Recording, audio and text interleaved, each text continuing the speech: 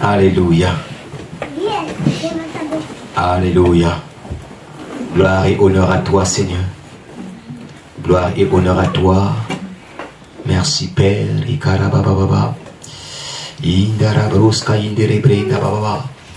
Merci, Père. Merci, Seigneur. Alléluia. Que Dieu vous bénisse. Je vous salue dans le précieux nom de Jésus. Soyez bénis. Alléluia. Alors, sans plus tarder, nous allons prendre nos Bibles. Je vais vous communiquer les deux passages de base que nous allons partager ce matin. Le premier se trouve dans le livre de Exode. Je vous laisse le temps d'écrire. Nous n'avions pas encore reconnecté l'écran. Donc, ça serait pour 2025. Premier texte, le texte de base. Exode, chapitre 15, verset 26. Et le deuxième texte se trouve dans le livre de Jean, chapitre 10, verset 27. Exode, chapitre 15, verset 26. Et pour le respect de la parole de Dieu, s'il nous plaît, je vais nous demander de se mettre debout pour cette première lecture.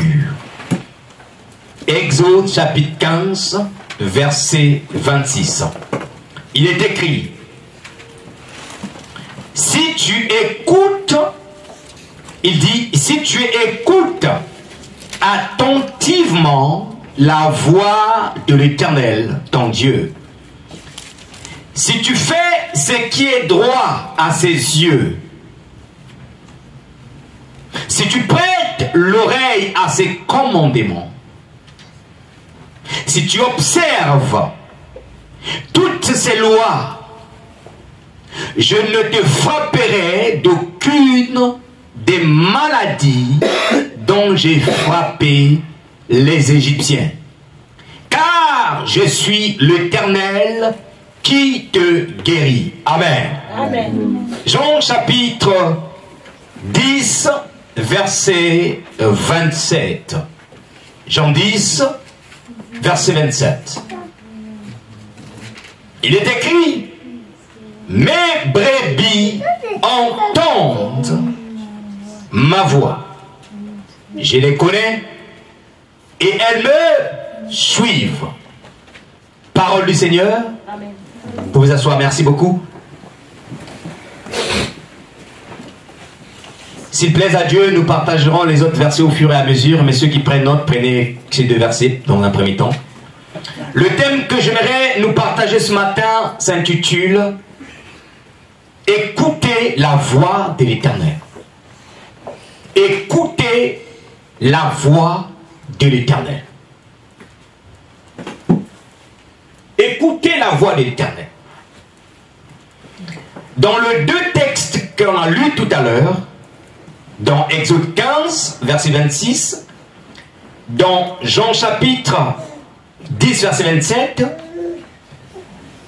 vous allez remarquer qu'il y a deux termes qui reviennent. Le premier terme, c'est le terme écouter, et le second terme, c'est le terme entendre.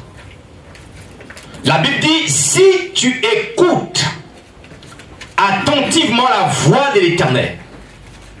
Et de l'autre côté, Jésus dit, mes brebis entendent ma voix.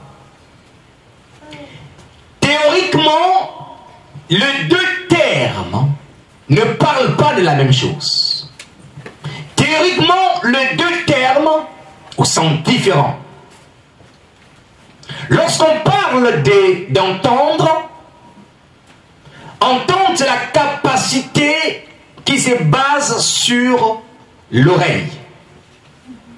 Entendre est physiologique, c'est-à-dire elle s'appuie sur un organe de notre corps pour pouvoir capter un son. Entendre ne cherche pas à comprendre ce que veut dire le son, ce que veut communiquer le son. Mais entendre, c'est limite à seulement entendre au son lui-même. Cependant, écouter est psychologique. C'est-à-dire que écouter un organe, mais écouter utilise plusieurs organes. Écouter, en fait, va utiliser le cerveau. Écouter va utiliser l'intelligence. Écouter va chercher à comprendre ce que le son va dire. Pendant que je suis en train de parler, je suis en train d'émettre un son. Il y a des gens qui vont se limiter à entendre le son.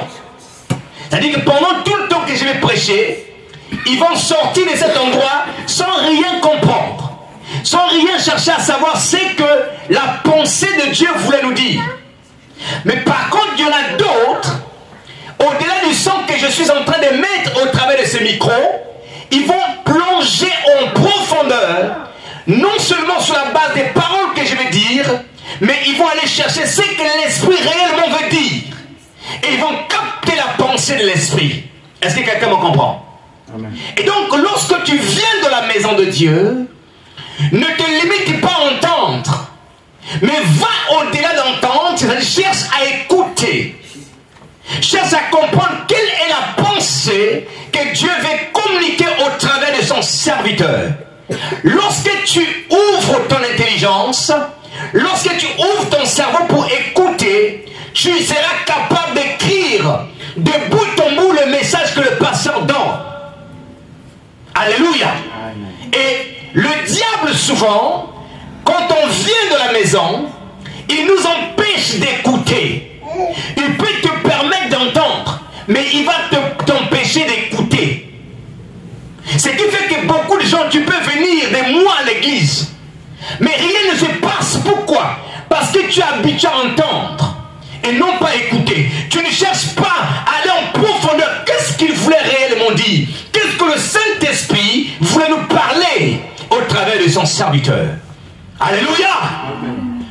Maintenant, ce que vous devez savoir, dans la Bible, dans la plupart des cas, lorsque vous entendez le mot entendre, et lorsque vous entendez ou vous lisez le mot écouter, dans la plupart des cas, ces mots veulent dire la même chose. C'est-à-dire, théoriquement, selon les dictionnaires, entendre et écouter sont différents. Mais dans la Bible, entendre et écouter veulent dire la même chose dans plusieurs contextes. Et en hébreu, on utilise le mot shama. Aide-moi à dire shama. Shama, ça s'écrit S-H-A-M-A. Shama. Shama veut dire à la fois écouter. Shama veut dire à la fois entendre. Shama veut dire aussi obéir à A. Ça veut dire la même chose. C'est pourquoi, quand nous lisons le livre de la Genèse, Genèse chapitre, par exemple Genèse chapitre 3, verset 10, la Bible va nous dire ceci. Je prends le verset 17.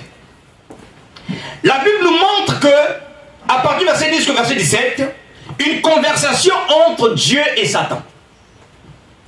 Adam venait de pécher. Et parce que Adam venait de pécher, il a découvert qu'il était nu. Et ce jour-là, l'Éternel était en train de se balader dans le jardin. Adam sait que l'Éternel est dans le jardin. Qu'est-ce qu'Adam fait? Il va se cacher. Et plus que spirituellement, Adam n'était plus dans sa position spirituelle. Vous voyez, quand vous péchez, le péché vous sort de votre position spirituelle. En vérité, vous êtes censé être en Christ. Mais quand tu pêches, le péché te sort de la couverture de Christ. Et Adam n'était plus dans cette couverture. C'est pourquoi Dieu pose la question à Adam. Il dit, Adam, où es-tu? Écoutez sa réponse. Il dit, j'ai entendu ta voix. Et je me suis caché parce que je suis nu. Parce que je suis nu. Le péché te rend nu. Le péché te sort de la présence de Dieu. Et l'Éternel répond à Adam en disant, qui t'a dit que tu es nu? As-tu mangé le fruit dont je t'avais interdit? Le fruit de l'arbre dont je t'avais interdit. Adam répond à l'Éternel, c'est la femme que tu as mise à mes côtés. Et l'Éternel dit à Adam, dans le verset 17, il dit, plus que tu as écouté la voix de la femme. Donc, Adam dit, j'ai entendu ta voix et je me suis caché. Et l'Éternel dit, plus que tu as écouté. Donc, le mot entendre que Adam avait utilisé, et le mot écouter que l'Éternel aussi avait prononcé, veulent dire la même chose. Et en hébreu, c'est Shama. Alléluia. En hébreu, c'est Shama. Entendre et écouter veulent dire la même chose. Et donc, quand Jésus dit ceci, mes brebis entendent ma voix, je les connais, et elles me suivent. Et en même temps, quand l'Éternel dit, si tu écoutes attentivement la voix de l'Éternel, les deux mots est en train de nous inciter à la même chose. La même chose. Et j'ouvre la parenthèse, il y a encore un autre mot. Jean chapitre 14, Jean 14 verset 15. Le Seigneur dit ceci, si vous m'aimez, gardez mes commandements. Il dit, si vous m'aimez, gardez mes commandements. Le mot garder en hébreu c'est shamar. Shamar. Dans shamar, il y a le shama. Alléluia. Amen. Le mot garder c'est shamar. Dans le shamar, il y a shama. Et c'est le même mot que Dieu a utilisé dans Genèse chapitre 2 verset 15. L'Éternel dit, l'Éternel prit l'homme et le plaça dans le jardin pour qu'il cultive et garde le jardin. Le mot garder, c'est le même mot que Jésus a utilisé. Si vous m'aimez, gardez mes commandements shamar. Or, j'étais en train de dire que dans shamar, il y a shama. En d'autres mots, tu ne peux pas garder les commandements de Dieu sans au préalable avoir écouté Dieu. Quelqu'un me comprend? Tu ne peux pas garder les commandements de l'Éternel. Tu ne peux pas garder les instructions de Dieu si au préalable tu n'as pas écouté. Il faut d'abord que tu écoutes pour pouvoir garder. Amen. S'il y a des choses que je veux voir dans l'église, je vais d'abord les communiquer. Vous allez d'abord l'écouter pour pouvoir les garder ou les pratiquer. Alléluia. Amen. Tu ne peux pas garder la foi en Dieu si au préalable tu n'as pas écouté la parole de Dieu qui produit la foi.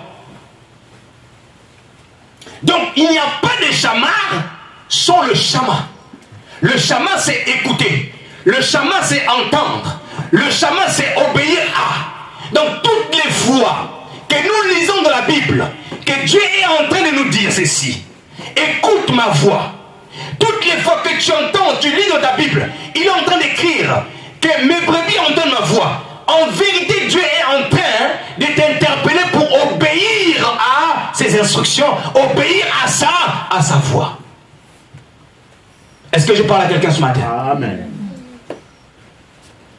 Chaque fois dans la Bible, quand tu lis, Dieu est en train de dire, écoutez ma voix, suivez mes voix, entendez ma voix. Entendez-moi. En fait, Dieu est simplement en train de dire, obéissez à ma voix, obéissez à ma parole, obéissez à mes instructions. Amen. Maintenant, j'aimerais te parler, te partager ce matin les trois sortes de la voix de Dieu. Puisqu'on parle de la voix, non? Amen. On parle de la voix. Écoutez la voix de l'Éternel. Et donc, il est important que vous compreniez que il existe trois sortes de voix. Trois sortes de voix de l'Éternel. Nous avons parlé, j'ai déjà abordé dimanche passé quand on a parlé sur le thème « Mes brebis entendent ma voix ». J'avais déjà abordé un aspect, la voix de Dieu. Mais je vais revenir là-dessus ce matin. Mais tu peux noter ceci. La première sorte de la voix de Dieu, c'est ce qu'on appelle la voix orale. Aide-moi à dire la voix orale. La voix orale ou la voix audible. La première sorte de voix. La voix orale. C'est la voix, c'est lorsque Dieu vient te parler c'est-à-dire par sa propre bouche. Ou lorsque Dieu envoie un ange, pendant que tu es en train de dormir, tu entends une voix qui te parle. Pendant que tu es en train de faire la sieste, tu entends une voix qui te parle. Cette voix te donne une instruction. Ce n'est pas une voix écrite, ce n'est pas la parole écrite, mais c'est la voix orale. Tu as entendu la voix orale. Dieu te parle. La voix orale est le premier moyen par lequel Dieu a parlé aux hommes. Le premier moyen par lequel Dieu a parlé aux hommes, c'est par la voix orale. Lorsque Dieu donne à Adam les instructions, que tu pourras manger de tous les fruits du jardin, à l'exception du fruit qui provient de l'arbre de la connaissance du bien et du mal. Dieu n'avait pas écrit ça sur papier. Il n'y avait pas de rouleau à cette époque. Dieu avait simplement parlé. Et pendant plusieurs siècles, Dieu parlait oralement à ses serviteurs. Et donc la voix orale, elle est très importante, je vais revenir là-dessus. Elle est très importante, vous allez comprendre. C'est la première sorte de la manière dont Dieu parle aux hommes. Il te donne des instructions par la voix orale. Donc lorsque on dit écoutez la voix de Dieu, sache-le qu'il y a aussi la voix orale à l'intérieur. Sache-le qu'il y a aussi la voix orale. Et la deuxième sorte, c'est ce qu'on appelle la voix visuelle de Dieu. La voix visuelle. La voix visuelle, c'est quoi? C'est Dieu ne te parle pas oralement, mais il te parle par des images. Il te parle par des représentations. Il te parle. Tu es en train de faire, tu es en train de te reposer. Tout d'un coup, il y a une sorte de fatigue qui te prend, un mini sommeil rapide et flash. Tu vois une image, Dieu te montre les choses. Et beaucoup de gens ont reçu des images comme ça. Beaucoup de gens ont reçu des choses, les directions de Dieu par des images. On peut le lire dans le livre d'Ézéchiel chapitre 1, verset 1 à 10. Où le prophète Ézéchiel avait vu des représentations divines alors qu'il était au bord du fleuve de Kébar. Dieu parle par des images. La voix de Dieu peut se révéler à toi par des images. J'ai lu la parole du Seigneur. Ézéchiel 1, à partir du verset 1. Il est écrit ceci. La 30e année, le 5e jour du mois, comme j'étais parmi les captifs du fleuve de Kébar, les cieux s'ouvrirent et j'eus des visions divines. La 50e jour du mois, c'était la 5e année de la captivité du roi Joachim. La parole de l'Éternel fut adressée à Ézéchiel, fils de Buzi, le sacrificateur, dans le pays des Chaldéens, près du fleuve de Kébar. Et c'est là que la main de l'Éternel fut sur lui. J'ai regardé et voici, il vint du septentrion, un vent impétueux, une grosse nuée et une gerbe de feu, qui répandait de tous les côtés une lumière éclatante, au centre de laquelle brillait comme de l'airain poli, sortant du milieu du feu. Au centre encore apparaissaient 4 animaux dont l'aspect avait une ressemblance humaine. Chacun d'eux avait 4 faces et chacun avait 4 ailes. Leurs pieds étaient droits et la plante de leurs pieds était comme celle d'un veau. Et ils étincelaient comme de l'airain poli. Ils avaient des mains d'homme. Et sous les ailes, à leurs 4 côtés, et tous les 4 avaient leurs faces et leurs ailes. Leurs ailes étaient jointes l'un à l'autre. Ils ne se tournaient point en marchant, mais chacun marchait droit devant soi.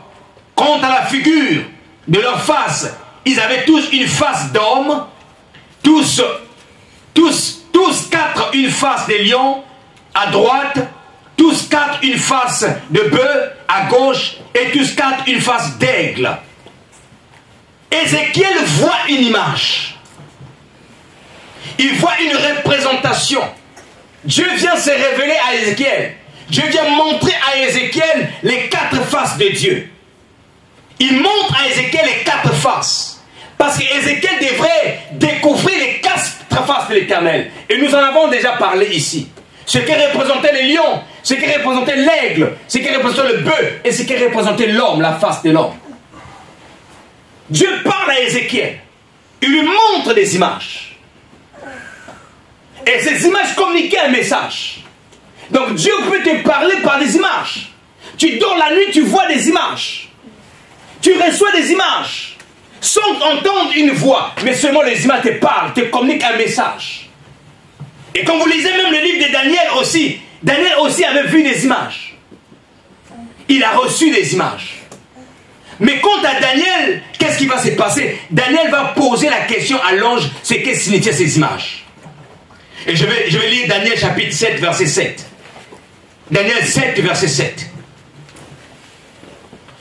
Daniel va poser la question à l'ange. Il est écrit, après cela, je regardais pendant mes visions nocturnes. Et voici, il y avait un quatrième animal, terrible, épouvantable, et extraordinairement fort. Il avait des grandes dents de fer. Il mangeait brisé. Il foulait aux pieds ce qui restait. Il était différent de tous les animaux précédents. Il avait 10 cornes. Je considérais les cornes et voici, une petite corne sortait du milieu d'elle. Et 3 des premières cornes furent arrachées. Devant cette corne, et voici, elle avait les yeux comme des yeux d'homme et une bouche qui parlait avec arrogance. On a parlé dimanche dernier de l'Antichrist dimanche dernier. Et l'Antichrist exactement sortira de ce royaume.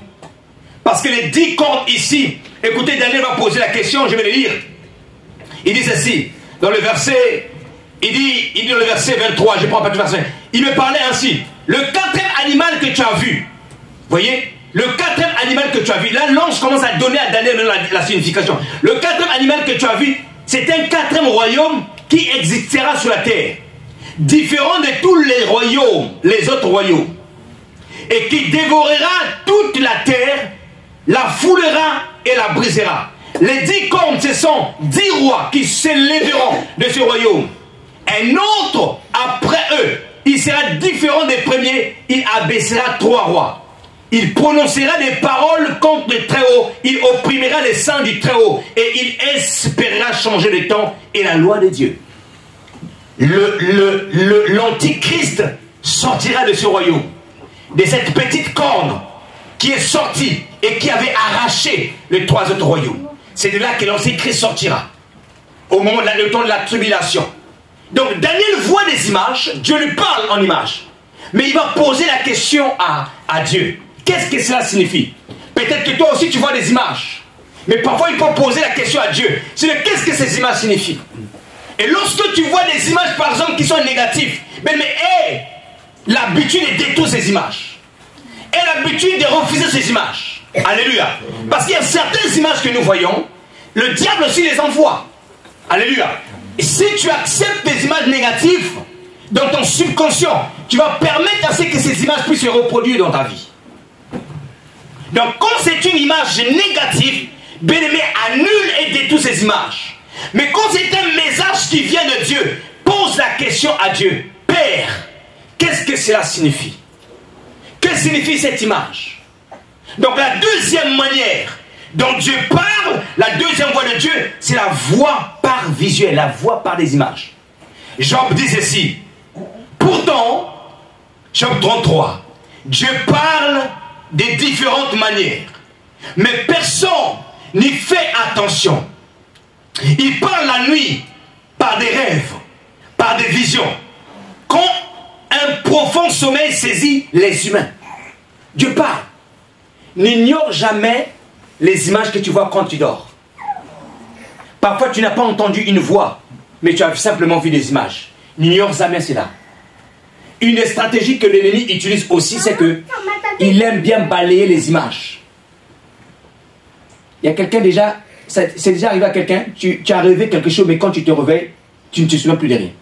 Ça t'est déjà arrivé? Quand ça t'arrive, prie que Dieu te donne la capacité, que Dieu intervienne pour que tu retiennes tes songes. Parce que le diable vient voler. Beaucoup de destinées ont été volées comme ça. Dieu vient te donner des instructions.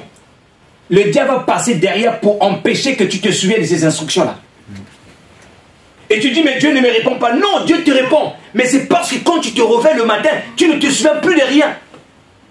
Et quand ça t'arrive, fréquemment, prie beaucoup, dis Seigneur, toute main noire qui vient effacer mes songes, que cette main s'éloigne. Tu me permets qu'à mon sommeil, lorsque je me réveille, que je me souvienne de tous les songes. Est-ce que je parle à quelqu'un? Amen. Alléluia. Amen. Donc Dieu parle par les images. Et la troisième voix de Dieu, c'est la voix de Dieu écrite. Aide-moi à dire la voix de Dieu écrite. La voix de Dieu écrite. La voix de Dieu écrite, c'est-à-dire que c'est la parole de Dieu. C'est la Bible que je tiens là. La Bible est la transcription de la voix audible, mais de manière écrite.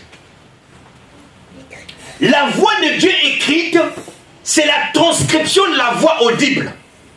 C'est la transcription de la voix visuelle de Dieu, mais de manière écrite. Ça veut dire quoi? En d'autres mots, lorsque tu lis la Bible, tu es en train de lire la voix de Dieu. Tu es en train d'entendre la voix de Dieu écrite. Alléluia. Amen. Donc si tu te dis que Dieu ne me parle pas, la première des choses que tu dois faire, lis ta Bible. Dieu te parle au travers de la Bible. Amen. Dieu te parle au travers de la Bible. Parce que cette Bible, elle est la transcription. Les gens qui ont écrit cette Bible, ils ont d'abord reçu la voix orale. Ils ont d'abord reçu des visions, des images, des représentations. Et enfin, ils ont transcrit cela dans la parole écrite. Donc, ne néglige pas la parole écrite. Ne néglige pas les images. Ne néglige pas, bien aimé, la voix orale. Mais ce que je suis venu te dire ce matin, c'est que tu dois savoir une chose. Le fait que Dieu a commencé à parler aux hommes par la voix orale, la voix orale, elle est plus importante que la voix écrite. Alléluia. Amen. La voix orale est plus importante que la voix écrite. Amen. La voix orale, bien aimé, c'est pourquoi elle est plus importante. Parce que ce qui est là a d'abord été oral avant qu'elle soit écrite. Alléluia. C'est pourquoi tu dois développer la sensibilité pour entendre la voix orale de Dieu. Et parfois même, la voix orale, elle viendra pas contredire la parole, mais elle viendra te pousser à faire autre chose que ce que dit la parole. C'est-à-dire que la voix orale ne viole pas la parole écrite, mais la voix orale vient t'éclaircir ce que tu n'as pas compris de la parole écrite. Non, tu n'as pas compris. Écoutez, je vais prendre un texte dans la Bible. Quand vous lisez la Bible, vous découvrirez ceci. Un jour, l'apôtre Paul, il est en Asie mineure, actuelle Turquie. Paul a le désir, il a l'envie d'aller évangéliser en Asie. Matthieu 8, 28, verset 19 dit quoi? Que dit Matthieu 28, verset 19? Allez partout dans le monde et faites des nations des disciples, non? Donc quand tu as l'intention d'aller évangéliser, c'est une bonne chose ou pas? C'est une bonne chose. Mais alors regardez ce qui va se passer. L'apôtre Paul, il a envie d'aller évangéliser en Asie. Il a envie d'aller évangéliser. Mais ce qui va se passer, le Saint-Esprit, Actes des Apôtres chapitre 16, verset 16. Le Saint-Esprit va l'empêcher d'entrer en Asie. La voix audible. La voix orale. La voix orale, c'est une voix qui vient t'éclaircir à l'instant T la volonté de Dieu pour toi. La voix orale, pendant que tu es en train peut-être de vouloir poser un acte qui est biblique, la voix orale va te permettre de le poser, peut-être pas maintenant, peut-être plus tard. il est important, bien aimé, d'aiguiser notre entendement spirituel pour entendre la voix orale. Dieu avait un autre agenda pour Paul. Parce que la Macédoine, le pays des Macédoines avait besoin de Paul.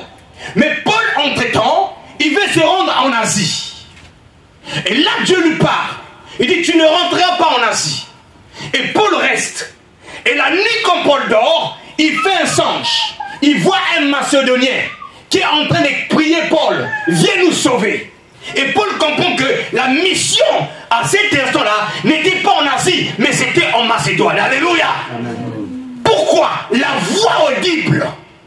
Si Paul a été littéraire, il aurait dit, oh mais Jésus, tu as dit, allez faire des nations, je vais y aller. Mais parce qu'il a entendu à cet instant-là que la voix audible, la voix orale, il n'est pas parti en Asie, il est allé en Macédoine. Amen. Amen. Bien-aimés dans le Seigneur, la Bible nous encourage à être généreux. La Bible nous encourage à être libéral, vrai ou faux? Mais est-ce que vous savez que tu peux être sur le point de donner l'argent à quelqu'un qui souffre? Dieu te dit ne lui donne pas l'argent. Est-ce que vous savez ça? Tu es en train d'accomplir ce que la voix écrite a dit. Soyez généreux, soyez libéral. Mais pendant que tu es en train d'obéir à ce que la voix écrite dit, Dieu te dit ne lui donne pas. Alléluia. Tu marches dans Paris, tu vois quelqu'un, un mendiant, mais alors que c'est un féticheur. Alors c'était l'occultisme. Il est assis, il demande de l'argent pour voler les étoiles des gens. Et toi tu arrives enfant de Dieu, tu veux prendre pour être généreux, tu prends l'argent pour donner. Le Saint-Esprit te parle par la voix orale, il ne lui donne pas l'argent. Alléluia. Ne lui donne pas l'argent, parce qu'il y a un danger qui est là. La voix orale te fait échapper des dangers. La voix orale est la révélation à l'instant T. Alléluia. N'ignorons pas la voix orale. N'ignorons pas des choses que Dieu te parle. Je connais quelqu'un qui est en train de combattre, qui est en train de lutter aujourd'hui dans un combat. Un jour, Dieu est venu lui dire, ne rentre pas dans ce combat-là. Il parle, en témoin, il est rentré. Aujourd'hui, il est en train de subir les combats. Ah oui, parfois tu veux sauver quelqu'un de ta famille, parce que c'est de l'amour. Mais Dieu te dit non, toi ne rentre pas dans ces combats-là. Si tu vas t'entêter, tu vas rentrer, tu vas commencer à avoir des combats, des choses vont commencer à te subir. C'est-à-dire que c'est toi qui vas devenir la cible. Alléluia. Il est important d'écouter la voix orale de Dieu. Il y a des gens à qui Dieu a dit, ne va pas à tel endroit, ne fais pas ceci. Ils n'ont pas écouté la voix orale, ils sont partis, ils ont subi des conséquences. La voix orale de Dieu. Alléluia. Écoute la voix orale, prête l'oreille à la voix orale. Prends en considération ce que te dit la voix orale. Amen. La parole de Dieu te rendra religieux. La parole de Dieu, elle est accessible à tout le monde.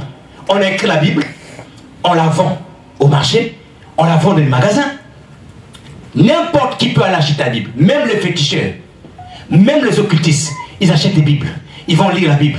Mais la voix audible de Dieu, elle est réservée aux brebis. Elle est réservée aux brebis. Alléluia. Dieu vient t'avertir par la voix orale parce que tu es une brebis. Parce qu'il ne veut pas te perdre. Parce qu'il ne veut pas que tu tombes le pied de l'ennemi. Alléluia. Donc au-delà de ce qui est écrit ici, développe la sensibilité de l'esprit pour entendre la voix orale. Oui, frères et sœurs, la voix orale, elle peut te dire de faire le contraire. Pas dans le but de violer la voix écrite, mais dans le but de te partir.